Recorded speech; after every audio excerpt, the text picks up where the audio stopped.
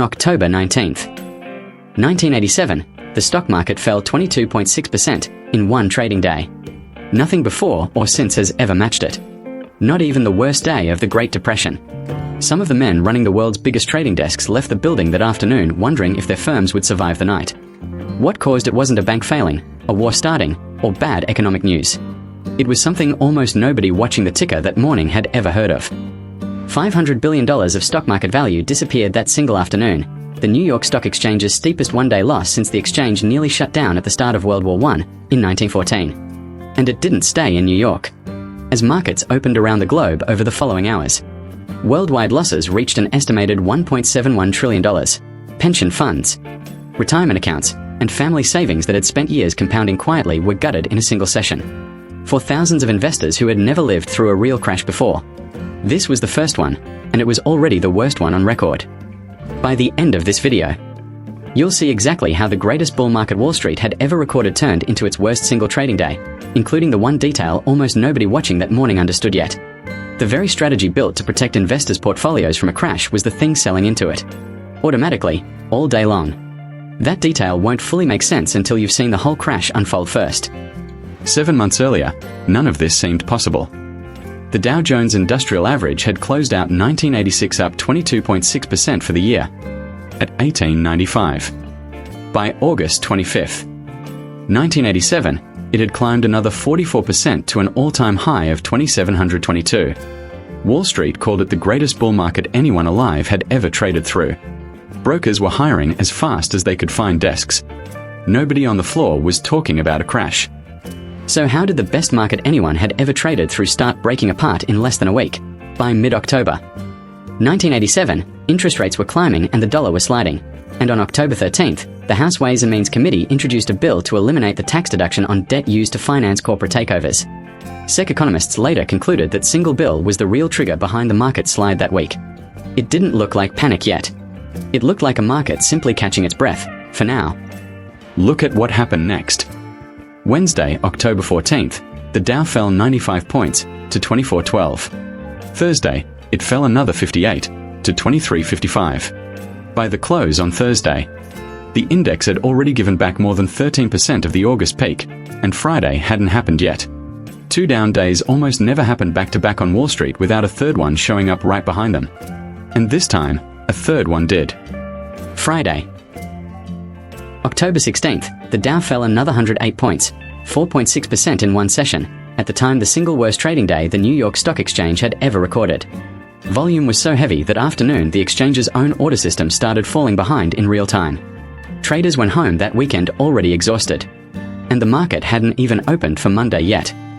So what happened when trading resumed Monday morning? Asian and European markets had already crashed overnight while New York slept. New Zealand's market alone would fall 60% before the wave finished moving around the globe. Sell orders had been stacking up all weekend. When the bell rang at 9:30, the exchange didn't open calmly. Some of its biggest stocks didn't open at all for the first half hour, buried under sell orders with no buyers on the other side.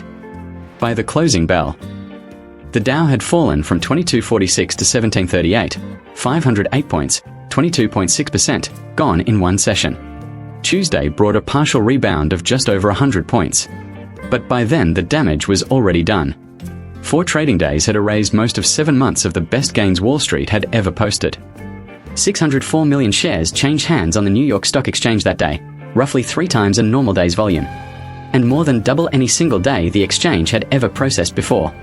Its paper and phone infrastructure, built for a calmer market, buckled under the load. Some order confirmations took over an hour to come back. Traders were selling into a market they could no longer even see clearly.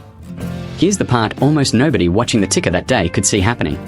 Reporters called it panic selling, and plenty of investors were genuinely afraid. But the Brady Commission, the official government task force President Reagan appointed to investigate the crash, found that a huge share of that day's selling wasn't panicked at all.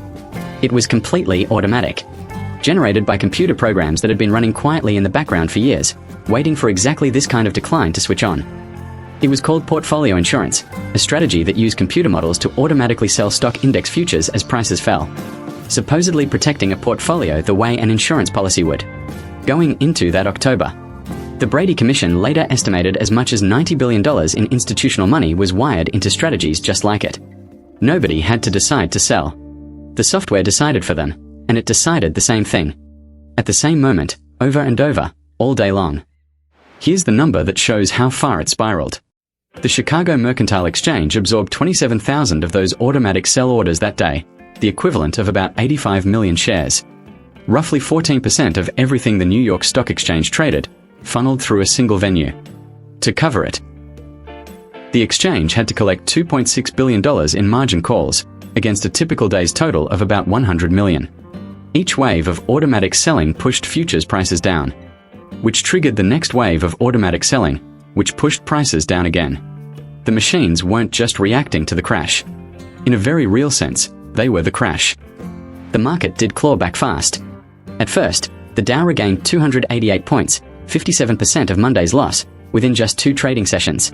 Behind the scenes, the 10 largest banks in New York nearly doubled their lending to securities firms that same week, quietly keeping brokerages solvent long enough to make it to Tuesday's rebound.